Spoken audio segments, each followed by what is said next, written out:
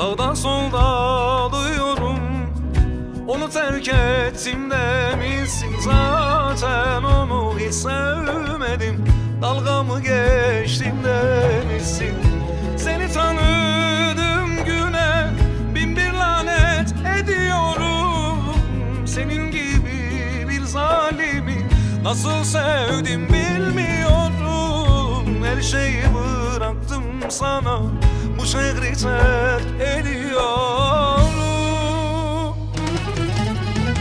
Ellerini tutmadım mı, gözlerine bakmadım mı? Sabaha dek sarılarak birlikte uyumadık mı? Bu da mı yalan, bu da mı yalan? Hayatın yalan. Sahillerde koşmadık mı, masallar anlatmadık mı? Bizi ayırmasın diye Allah'a yalvarmadık mı? Bu da mı yalan, bu da mı yalan? Hayatın yalan. Bu da mı yalan, bu da mı yalan? Hayatın yalan.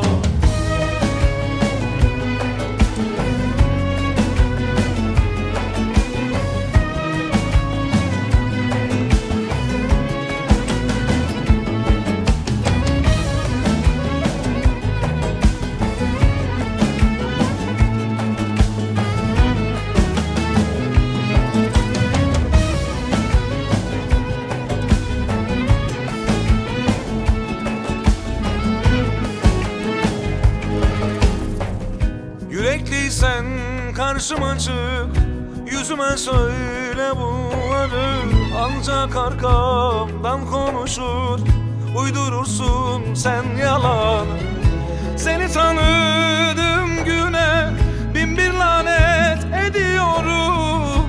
Senin gibi bir zalimi nasıl sevdim bilmiyorum. Her şeyi bıraktım sana, bu şehri terk ediyorum. Ellerini tutmadım mı, gözlerine bakmadım. Defalarca sarılarak birlikte uyumadık mı?